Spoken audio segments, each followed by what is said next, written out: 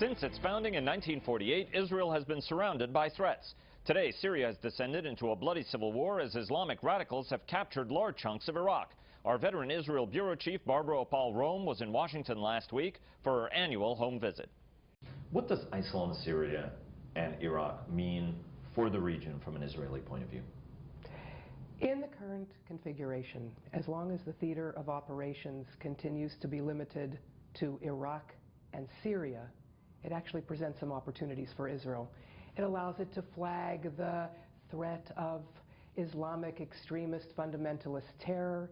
It allows Israel to forge strategic cooperation, perhaps even marginal arms sales with countries that are facing a similar threat. Just recently, Israel's foreign minister told John Kerry that he's willing to offer assistance because this threatens to destabilize the entire Gulf and the region. So there's an opportunity there.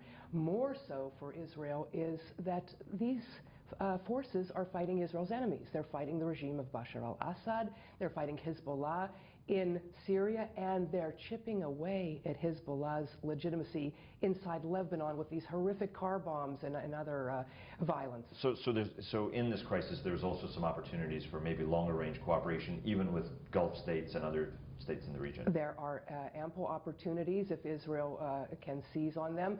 In the long term, however, as their name suggests, the Levant, the agenda threatens to spread all over to Jordan, the Palestinian Authority, and even to Israel itself. After initially waffling on whether it wanted Assad to stay or go in Syria, Israel concluded that it would rather see Assad, leave. Out of there.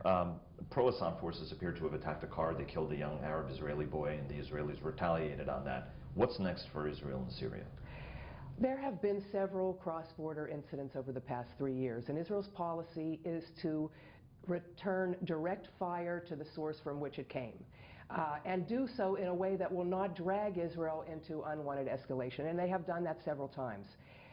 The last Sunday's event, which caused the first casualty, a cross-border Syrian origin casualty for Israel, seems to be an indication that Assad may be using this card to try to provoke Israel into an action that he can then flag and say, look, I'm the savior of the proud Arab nation against the Zionist enemy, and Israel's well aware of this threat, and I hope will try very hard to avoid that trap. And it played up the fact that the kid who died was an Arab Israeli kid and not a Jewish Indeed. Israeli. After 3 young Israelis went missing in the West Bank, Netanyahu has said, I've got evidence that Hamas has done it. He hasn't shared that evidence, at least at this taping. He hasn't shared whether Hamas was responsible. But the Israeli army also has been rounding up hundreds of Palestinians now. There was major incursions in the West Bank. What's the ultimate aim here? Is it to do some sort of mass prisoner swap?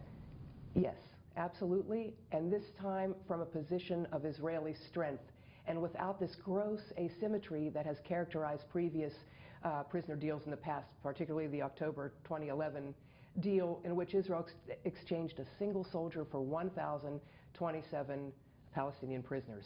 So yes, this operation, they're calling it Brothers Keeper, now going into the second week. This is providing an opportunity for Israel. Obviously, the objective remains to locate and return these 3 abducted teens, but it's taken on a life of its own. It's allowed Israel to incur this major incursion, the largest ground incursion since 2002, a force strength of nearly 10 brigades. They're going in there, they're sweeping up, there's nearly 400 arrests, seizures of weaponry and intelligence. They are preparing for the day when Hamas may try to take over the West Bank, either by force of ballot or use of force. Well, let's go to that. The Palestinian Unity Government. For years, Israel said it wouldn't negotiate with Mahmoud Abbas, the head of the Palestinian Authority, because he didn't represent all of the Palestinian people. Now they do a deal to try to get the West Bank, the Gaza Strip side of it there as well, and now ultimately there's a sense that now Israel won't negotiate with that organization because Hamas is part of it, even though they don't have any official seats or anything. Does this have anything to do with Hamas, or is it sort of more Netanyahu's drive to try to avoid a deal with the Palestinians in the near and midterm?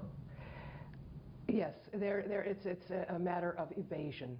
and making excuses and trying to rationalize and justify. Listen, Vago, as you know, like the Palestinians, Israel is not monolithic. Israelis and their supporters in the Jewish diaspora do not speak in a single voice. And many people, if Hamas would accept the quartet's conditions of recognizing Israel, renouncing violence, accepting previous agreements, the overwhelming majority would be ready to sign some kind of a peace deal tomorrow. But until that happens, there's all kinds of loopholes that people will use to satisfy their political agenda. There are extremists in Israel who are ideologically opposed to a two-state solution, to any kind of solution that will force them to give up their vision of a greater Israel and to cede territory that they believe is rightfully theirs. So Netanyahu, by the way, is on record as supporting the two-state solution. I don't know if those convictions are genuine or not, but it is very clear that he lacks the political courage to see this through. Coming up in my notebook, why America should look to its allies to meet its weapons needs.